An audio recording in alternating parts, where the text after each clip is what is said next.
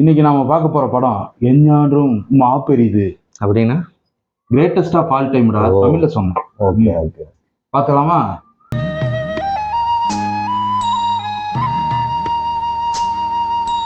படத்தோட கதை என்னன்னா, ம். வேற என்ன கதை, எல்லாம் கீழடியில வந்து தோண்டி எடுக்கப்பட்ட கதை தான்.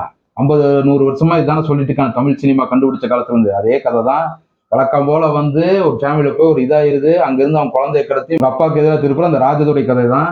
ராஜதுரைன்னு சும்மா ஒரு ஃபார்மாலிட்டியா தான் சொல்றேன். பல கதை வந்துச்சு இந்த மாதிரி. அது ஒன்றும் பெரிய மேட்டர் கிடையாது. அது என்ன ராஜதுரை?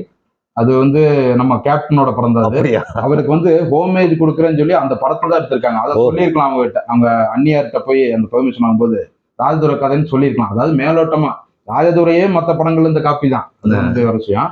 நான் என்ன சொல்றேன்னா, இந்த 80s 70s இருக்கிற கதையை வந்து இந்த படம் ஃபுல்லா எடுத்து வச்சிருக்கீங்க. ஒன்னும் கூட வந்து யோசனை இல்லாம அப்படியே காப்பி. ஒரு புதுசா ஒரு சீன் கூட இல்லை படம் ஃபுல்லாவே. இதுதான் அந்த படமே இப்படிதான் இருக்குது. எதுலையுமே வந்து ஒரு புதுவிதமான ஒரு யோசனையே இல்லை படத்துல. திரைக்கதை வந்து நீங்க வந்து வெறும் டிஏஜிங்க மட்டும் விஜய்கிட்ட சொல்லி அந்த பெர்மிஷன் வாங்கி அந்த கால்ஷீட் வாங்கிட்டீங்க. அவருக்கு வந்து பிடிச்சி போய் அதுக்கப்புறம் வந்து ஏதோ ஒன்று வந்து பல படங்கள் பல டிவி கங்கையம்மன் சார்ட்டே கேட்டு பல படங்கள் அவர் டைரக்ட் பண்ண படங்களே நிறைய இருக்கும். அதையும் எடுத்து பண்ணி பல படங்கள் 90s 80s அந்த டிவிடி கடையவே விலைக்கு வாங்கி பல கேசட்டை அதுல இருந்து ஓட்டி ஓட்டி பார்த்து இந்த 100 நாள் 200 நாள் கதை எழுதிருக்கீங்கன்னு நினைக்கிறேன். அதானே? ஆமா அதுதான். ஆனா வந்துட்டு அந்த ஓட்டி பார்த்ததை கொஞ்சம் ஓட்டாம பார்த்துதான் கூட நல்லா வந்திருக்கும்னு நினைக்கிறேன். படம் பார்க்கும்போது வந்து பாத்தீங்கன்னா நான் அப்படியே கை போகுது எனக்கு ஒரு ஓட்டருக்கு. பார்த்தா தியேட்டர் நான் வந்து எனக்கு வந்து நான் வந்து அதிர்ச்சியில உறஞ்சிட்டேன். நான் அப்படியே அது வந்து கொஞ்சம் கஷ்டமா தான் இருந்துச்சு. ஆமா ரொம்ப கஷ்டம், கொஞ்சம் கஷ்டமா. நான் இப்ப வந்து இந்த படத்துலதான் தியேட்டர்ல வந்து ஆடியன்ஸ் வந்து அப்படியே அடக்கமானது பார்த்தேன். அப்படியே உட்கார்ந்த இடத்துலயே சமாதானிட்டானுங்க. கையும் கூட அசையல. அது வந்து நான் வித்தியாசமான ஒரு அனுபவமா கண்டிப்பா எனக்குமே அப்படிதான் இருக்கு. புதுவிதமான எக்ஸ்பீரியன்ஸ். ஏன்னா வெங்கட் பிரபு வந்துட்டு இது வந்துட்டு ஃபேன் செலிப்ரேஷன் தான். எங்கடா செலிப்ரேஷன்? Fan celebration. அது வந்து உள்ளுக்குள்ள செலிப்ரேஷன் பண்ணிருக்காங்கடா. மறைமுகமா வந்து உள்ளுணர்வு உள்ளுக்குள்ள இல்லையா வந்து அது வந்து ஒரு புதுவிதமான செலிப்ரேட். அதாவது என்னன்னா, தளபதி வந்து சினிமா நடிக்க விட்டுட்டு அரசியலுக்கு போறாருல. அதனால மக்கள் வந்து ஒரு மாதிரி ஒரு மெலங்கோலியா இருக்காங்க. அதாவது மென் சோகம்.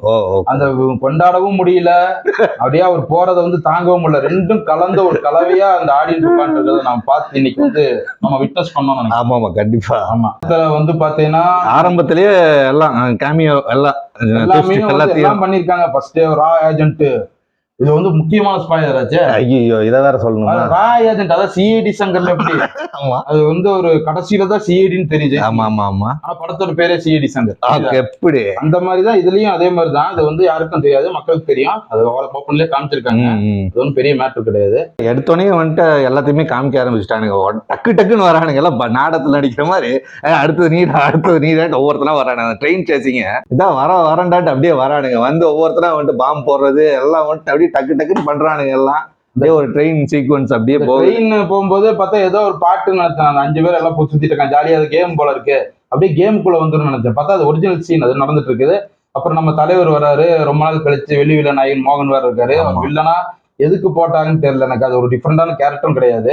சும்மா வந்து ஒரு வித்தியாசமான கேரக்டர் மோகனை நடிக்க வச்சா அது கொஞ்சம் வித்தியாசமா தெரியும் நினைச்சு போட்டிருக்காங்க. ஆனா அது வித்தியாசமா தெரியல. அது ஒண்ணுமே பண்ணல. ஆமா முதல்ல படமே வித்தியாசமா ஒண்ணுமே பண்ணல. இனிமேல் தான் வந்து ஸ்பாயிலர் அலர்ட்டா இருங்க. ஏமாந்தீங்களா? அந்த மாதிரிதான் இருந்தது. அந்த மாதிரிதான் படமும் இருந்துச்சு. நல்ல ஸ்பாயிலர் அலர்ட்ங்கிறது ஒண்ணுமே கிடையாது. படமே வந்து பாத்தீங்கன்னா வந்து ஸ்பாயிலருக்குள்ளதான் ஸ்பாயிலரே. ஆமா என்ன சொல்றேன், அந்த ஸ்பாயிலரை ஸ்பாயில் பண்ண மாதிரி தான் இருக்கு படம். அதாவது இப்ப நம்ம கல்கியில பார்த்த மாதிரி நிறைய பேர் விஜய் பார்க்க வந்தவங்க எல்லாம் போட்டு ஒட்டியே நடிக்க வச்சிருக்காங்க. சார் ப்ளீஸ் சார் வாங்க சார் அந்த ஒரு கேரக்டர் கூட. ஆக்சுவலா ஃபர்ஸ்ட் வந்து கேப்டன் கேமியோ காமிக்கிறாங்க. அது கேப்டனுக்கு அப்புறம் வந்து விஜய் வர மாதிரி அந்த இது அப்படியே அதுக்கப்புறம் அது அரசியலுக்கு அதுக்கப்புறம் கிளைமாக்ஸ்ல ஒருத்தர் வராரு. அவர் விஜய் வந்து அவருக்கு கொடுத்துட்டு போறாரு. அவன் நல்லபடியா பாத்துக்கப்பா அப்படின்னு சொல்லி கொடுத்துட்டு போறாரு. ஏதோ இது மாதிரி பேங்க் மேனேஜர் மாதிரி ஏதோ பிரசிடென்ட் பதவி மாதிரி ஏதோ கொடுத்துட்டு போறாரு. அப்போ உண்மையான குளோன் வந்துட்டு அவர் தானா கடைசியில கொடுத்துட்டு போறவங்க உண்மையான போனவர்தான் உண்மையான குளோன். அதாவது அவர் போறப்ப பாத்துக்க பத்திரமா அப்படின்னு சொல்லிட்டு தான் போறாரு. இது வந்து இந்த கதையே வந்து இவரோட இன்ஸ்பயர் எதுனா துப்பாக்கி தான். துப்பாக்கியோட அந்த கதையை பேஸ் பண்ணிதான் இத படமே பண்ணிருக்காரு. ஆனா துப்பாக்கியை பார்த்து இன்ஸ்பயர் ஆனதோட சரி, துப்பாக்கி மாதிரி எழுதணும்ல, அதுதான் கஷ்டமாச்சு. அதுக்கு பழைய டிவிடிகள் இருக்குல்ல, அந்த டிவிடில கிடையாது. துப்பாக்கி டிவிடி தான் பார்க்கணும். ஆனா துப்பாக்கி திருப்பி எடுக்க முடியுமா? முடியாது. அதுதான் மெயின். ஒரு வில்லன் வந்து ஸ்ட்ராங்கா இருக்கணும். இதுல வந்து விஜய் வந்து ஹீரோனா, இன்னொரு விஜய் வில்லன். அப்ப வில்லன் வந்து இது பயங்கரமா இருக்கு. ஆனா இங்க வில்ல எங்க வில்லனோட மேனரிசம் இனியும் நல்லா இருக்கணும். இன்னொன்னு அந்த cat and mouse screen play இருக்கணும். கண்டிப்பா அதாவது அது இல்லைன்னா வந்து படம் வந்து இதாதான் போகும். ஏன்னா வெங்கட் பிரபு வந்து பாத்தீங்கன்னா பெரிய ஹீரோ வச்சு மங்காத்தா இந்த சிம்பு நடிச்ச மாநாடு இருக்காரு. மாநாடுல ஒரு அந்த ரேசி ஸ்கிரீன் சூப்பரா நாள் ஆச்சு. இடையில சிம்பு வந்து நடிக்க மாட்டேன்னு சொல்லி முடியாது டார்ச்சர் பண்ண அப்படி வெங்கட் பிரபு பல டிராஃப்ட் எழுதினாரு. அப்போ அடிச்சடிச்சு எழுதிதான் அந்த படம் வந்து நல்லா வந்துச்சு. ஆமா. இதை வந்து பாத்தீங்கன்னா கால்ஷீட் கிடைச்சா போகுதுன்னு அதுக்கப்புறம் நிரப்பின கதை என்ன, அதான் மெயினா ஃபில்லர் தான். அதாவது ஃபில்லர் தான். பார்க்க முடியல. என்னன்னா உட்கார்ந்துகிட்டே இருக்க, என்னடா ஆடியன்ஸாவது ஏதாவது சவுண்ட் விடுவான்னு பார்த்தா எல்லாம் போனதெல்லாமே ரசிகர்ஸா போய் அவனுங்களே வெறுத்து போய் உட்காந்துக்கிறானுங்க. என்னடா பண்றது அப்படிங்கிற மாதிரி. அவனை போய் சேர்ல உட்கார்ந்தவங்க இன்ட்ரோலும் கூட எந்திரிக்கல. அந்த மாதிரி சமாதி அந்த மாதிரிதான் இருந்துச்சு. எல்லாருமே அப்படிதான் இருந்துச்சு. சில பேர்ல வந்துட்டு டைம் டிராவல் அப்படின்ட்டுலாம் வந்தானுங்கல்ல. வேற யாரு? நான் தான் டைம் டிராவல் தான் வச்சு தோஞ்சிருக்காங்களா. கடைசியில தான் ஏதோ வைக்கிறானுங்க. அது ஏதோ கண்ட்ராவியா இருந்துச்சு. அது நாங்க எதுக்கா பாக்கணும் அதை. ஆனா ஒண்ணு வந்து படம் வந்து பாத்தீங்கன்னா இந்தியன் 2 சூப்பரா இருந்துச்சு. டாப் ஸ்டார் பிரசாந்த் வந்து பாத்தீங்கன்னா ரொம்ப நாள் கழிச்சு இதுல வந்து நல்ல அந்தகன் பாதிப்பு வந்தது. இதுல வந்து அவரோட ஆக்டிங் எமோஷன் நல்லா இருக்கு. இல்ல அதெல்லாம் நல்லா பண்ணிருக்காப்புல. எல்லாருமே அந்த இதெல்லாம் பிரச்சனை இல்ல. பிரபுதா வந்து பெரிய ட்விஸ்ட், ஒரு ட்விஸ்ட் கேரக்டர் கர்மா. அது வந்து குழந்தைங்கூடி கேவலமா இருக்குது. குழந்தைங்கூடி சொல்லிடும் அந்த ட்விஸ்ட் எல்லாம். படம் ஃபுல்லாவே வந்து என்னன்னா ஒவ்வொருத்தனுக்கு 200 கோடி 100 கோடி 50 கோடின்னு சொல்லி செலவு பண்ணி எல்லா ஹீரோக்கெல்லாம் சம்பளம் கொடுத்துருக்கீங்க. ஆனா ஸ்கிரீன் பிளேக்கு வந்து 1 கோடினாச்சும் கொடுத்துருக்கலாம்ல அவனுக்காச்சும். உட்கார்ந்து எழுதவே இல்லை. திரைக்கதை வந்து உங்களுக்கு வந்து அவ்வளவு கேவலமா போச்சு. உங்களுக்கு இல்ல கேக்குறேன், படம் பார்க்கறதுலாம் மக்கட்டே ஆகணும்னு முடிவு பண்ணி வச்சிருக்கீங்க. சும்மாவா டிஏஜிங் பண்ணா போதுமா? சரி, டிஏஜிங் எதுக்கு பண்ணீங்க விஜய்க்கு மேல? என்ன அவர் வந்து கடைசியில இந்த ப்ளூ பர்ஸ் எல்லாம் பார்க்கும்போது நல்லாதான் இருக்காப்ல. அவருக்கு வந்து எதுக்கு டிஏஜிங்க? நீங்க வந்து அந்த வயசானதான் விஜய் வந்து என்னால ஏத்துக்க முடியல. வயசானவராதான் அவருக்கு வந்து செட் ஆக மாட்டேன். அதனால நீங்க ரீஏஜிங் பண்ணிருக்கலாம். அவங்கள வயசாக்கிருக்கலாம் இனி கொஞ்சம் நல்லாவே. அந்த மாதிரி பண்ணி ஏதாச்சும் கிராபிக்ஸ் பண்ணிருக்கலாம். ஏன்னா விஜய்க்கு டிஏஜிங் பண்றது தேவையே கிடையாது. பட் அந்த அப்படியேதான் இருக்காப்ல. ஆனா அந்த டெக்னாலஜி ஒர்க் அவுட் ஆயிருக்கு. இதுல டெக்னாலஜி வந்து நல்லாவே ஒர்க் அவுட் ஆயிருக்கு. இந்த படம் வந்து 3 மணி நேரம். ஃபர்ஸ்ட் ஒரு படம், ரெண்டாவது படம் 1.5 மணி நேரம். இது தப்பு. எதுக்கு 3 மணி நேரம்? இவ்வளவு பெரிய படம் எதுக்கு எடுக்கணும்? எதுக்கு எடுக்கணும்? கடைசியில ஸ்டேடியம் வர சீன்னாச்சும் ஒரு நல்லா இருந்துச்சு. ஒரு 1/2 மணி நேரம் ஒரு அளவுக்குனாச்சும் இருந்துச்சு. ஆனா அந்த முன்னாடி வந்து 2.5 மணி நேரம் வந்து அந்த வந்து விட்டுட்டீங்க. அதை அப்படியே விட்டுட்டீங்க. அதையும் இதே மாதிரி எழுதி இருக்கணும்ல. இல்ல அதெல்லாம் மட்டும் கூஸ் பம்ப் சீன்ஸே இல்ல. அது அந்த மாதிரி ஒண்ணு நடக்கவே இல்ல. அந்த மேஜிக்கே இல்ல படத்துல. அந்த மேஜிக்கே நடக்கல. ஆமா, சில இடத்துல எல்லாம் வந்துட்டு இப்ப அனிருத் எல்லாம் பாத்தீங்கன்னா போட்டு தூக்கிடுவாரு. ஏதாவது ஒண்ணு போட்டு ஃபில்அப் பண்ணிடுவாரு. இதுல அந்த மாதிரியான மொமெண்ட்டும் கூட இல்லாம போயிடுச்சு. அப்படியே ரொம்ப பிஜிஎம் எல்லாம் ரொம்ப வேஸ்டா இருந்துச்சு. என்னடா இது, ஆடியன்ஸே வந்துட்டு வெறுத்தாடுங்க. எதுக்குடா எந்திரிச்சு ஆடுறது, எதுக்கு ஆடக்கூடாதுங்க லெவலுக்கு போயிட்டானுங்க அவனுங்க. எது போக ஒரே ஒரு கேமியோ தான் நல்லா இருந்துச்சு. அது த்ரிஷா தான். த்ரிஷா வந்து வந்தா நல்லா சூப்பரா இருந்துச்சு. டக்குன்னு போன மாதிரி இருக்கு. ஆமா, அது என்னன்னா அது வந்து ஒரு 1/4 மணி நேரம் காமிச்சிருக்கலாம். த்ரிஷா வந்து அவங்க ஆளு மாதிரி காமிச்சிருக்கலாம். நல்லா இருந்தது. கரெக்ட். ஏன்னா எல்லாம் நொந்து போய் படுத்து கிடந்தானுங்க. திடீர்னு வந்தோன்னா அப்பா ஒரே கைத்தட்டல். திடீர்னு அண்டர்டேக்கர் மாதிரி எந்திரிக்கிறாங்க. த்ரிஷா வந்து சேர்ல வந்து குப்புன்னு எந்திரிக்கிறாங்க. அதாவது அந்த மாதிரி அவர் ஃப்ரெஷ்ஷான த்ரிஷா தலைவீனா சும்மாவா. இதுல வந்து பாத்தீங்கன்னா வெங்கட் பிரபு என்ன பண்ண தப்பு என்னன்னா, ஃபேனோட பார்வையிலேயே எடுக்கக்கூடாது. ஃபேனாவே இருந்து எப்படி எடுக்க முடியும்? எடுக்கிறீங்க நீங்க வந்து ஃபேனா இருந்தா ஒண்ணுமே வராது. கதையில இருந்து எதுவுமே எழுத முடியாது. ஸ்கிரீன் பிளேவே இல்ல படத்துல. இல்ல ஃபேன் மொமெண்டாவே அப்படியாவது இருந்திருக்கலாம். அதுவுமே இல்லையே. ஃபேன் மொமெண்ட் வந்து என்னன்னா, ஏன்னா இது வந்து எல்லாமே அவுடேட்டட் ஆயிடுச்சு. இவர் பண்ண காமெடிகள் வந்து வெங்கட் பிரபு வந்து நிறைய அவுடேட் ஆயிடுச்சு. அவர் காமெடி வரதில்லை எனக்கு தெரிஞ்சு. கஸ்டடி, இந்த மன்மதலின்னு ஒரு படம், இதெல்லாம் பாத்தீங்கன்னா காமெடியே கிடையாது. ரொம்ப இதாதான் இருந்துச்சு. ஒரு சீசன்ல காமெடியில பட்டையை கிளப்பிட்டு இருந்தாரு. இப்ப அதெல்லாம் போச்சு. இப்போ ஒர்க் அவுட் ஆகல. அதெல்லாம் மோகனுக்கு போல எஸ்ஜே போட்டிருந்தா தலைவன் பின்னி இருப்பாரு, கொண்டு போயிருப்பான்.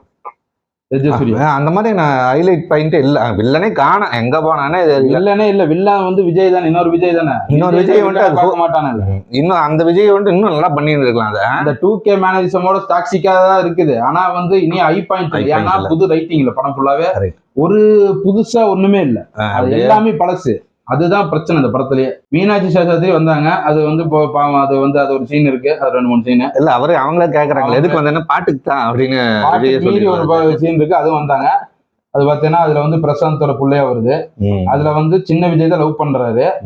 அத வந்து இடையிலே ஒரு மாதிரி இது மிஸ் ஆயிருது. அது லவ் வந்து பிரேக்கப் ஆகிற மாதிரி ஆயிடுச்சு. அது எதனாலன்னா பிரசாந்த் வந்து விஜய்க்கு மாமனார் ஆகணும்னு சொல்லியே பிரசாந்த் அந்த கதைக்குள்ள போய் விஜய்க்கு நான் மாமனாரா இந்த லவ் முடிச்சு விட்டுருன்னு சொல்லி அவரே கதை என்ன ஏதோ பண்ணிருக்காருன்னு நினைக்கிறேன். அதனாலதான் அது வந்து பாதியிலே கட் ஆயிடுச்சு. தப்பு. ஏன்னா பிரசாந்த் ஒரு மாதிரி இருக்கும் இல்லையா? விஜய்க்கே மாமனாரா அந்த மாதிரி ஆயிருக்கும். அது ஒரு நல்ல விஷயம் தான். இப்ப கடைசியில வந்துட்டு மோகன் என்ன ஆனாரு?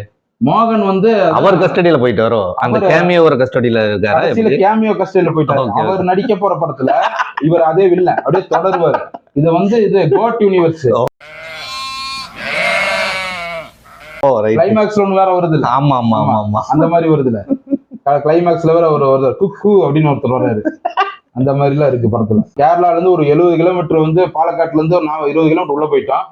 அங்க போய் வந்து தனியா ஒரு ஏரியா தேட்டர், சின்ன தேட்டரு, 2 ஸ்கிரீனு, நல்லா இருந்துச்சு தேட்டரு. கார் பார்க்கிங்க்கெல்லாம் காசே வாங்கல ஃப்ரீ அப்படின்ட்டான். ஏன்னா இவ்வளவு கூட்டத்தை அவங்க பார்த்ததே இல்லை. ஐயோ பப்ஸ் எல்லாம் தீர்க்கு அப்படின்னு சொல்லி அவர் எடுக்கிறாரு. ஆர்டர் எல்லாம் கொடுத்து வெளியே இருந்தாலும் கொண்டு வந்து போடுறாங்க. அந்த மாதிரி இருந்துச்சு ஜாலியா. ஒரு நல்ல ஸ்கிரீன், நல்லா தான் சின்ன தேட்டர் தான், நல்லா தான் இருந்துச்சு. எல்லாருமே கத்திட்டு தான் விஜய் வாழ்க அப்படின்னு கத்திட்டு இருந்தாங்க. எல்லாம் இது இதெல்லாம் கட்டிட்டு கடைசியில சைலண்ட் ஆயிட்டானுங்க. கடைசியில வந்து அவங்க எல்லாம் அப்படியே ஆயிட்டான். அப்படியே ரொம்ப நொந்து போய் தேட்டருக்குள்ளே புகஞ்சிட்டாங்க. அந்த இன்டர்வல் கேப்புமே அந்த ஒரு நல்லாவா இருந்துச்சு. அந்த இன்டர்வல் எவ்வளவு சாதாரணமா இருந்துச்சு. எடுபல்ல இருந்தா மேட்டர். ஏன்னா வைப் இல்ல படத்துல, வைப் இல்ல. ஏன்னா வந்து இந்த 90s கிட்லாம் சொல்றாங்க 90s பார்த்த மாதிரி இருக்காரு. அவனுக்கு வேணா நல்லா இருக்குன்னு நினைக்கிறேன். எனக்கு தெரிஞ்சு இது வந்து ஒரு வைபே இல்ல படத்துல. பிஜிஎம் அந்த அளவுக்கு இல்ல. அதான் மெயின் ப்ராப்ளம். ஆமா ஆமா இது காமன் ஆடியன்ஸ்க்குமே பிடிக்கல. என்னதான் இப்ப ரிவ்யூகள் பல பேர் பண்ணிட்டு இருக்காங்க. எல்லாருமே வந்து புகழ்ந்து இப்படி சொம்படிச்சிட்டு இருக்காங்க. எதுக்கு இப்ப தப்பா வந்து ரிவ்யூ ஆனா வந்து ஆடியன்ஸ் வந்து பாத்தீங்கன்னா அடுத்து தள்ளுதான் கத்துறானுங்க. ஏன் நிறுத்துங்கடா அப்படின்னு சொல்லி கத்துறானுங்க. இவங்க பார்த்தா படம் வந்து சூப்பர் 3 hours போனதே தெரியல. இவங்க என்ன ஒரு நியாயம் இப்படியாடா பண்ணுவீங்க? இப்படியே வந்து கான்ட்ராஸ்டா சொல்லிட்டு இருக்கீங்க. நீங்க எந்த உலகத்துல இருந்து ரிவ்யூ போட்டு இருக்கீங்க? ஏதாச்சும் மார்க்ஸ் போயிட்டீங்களா? ஒன்னும் புரியல. மனசாட்சியே இல்லையாடா உங்களுக்கு எல்லாம்?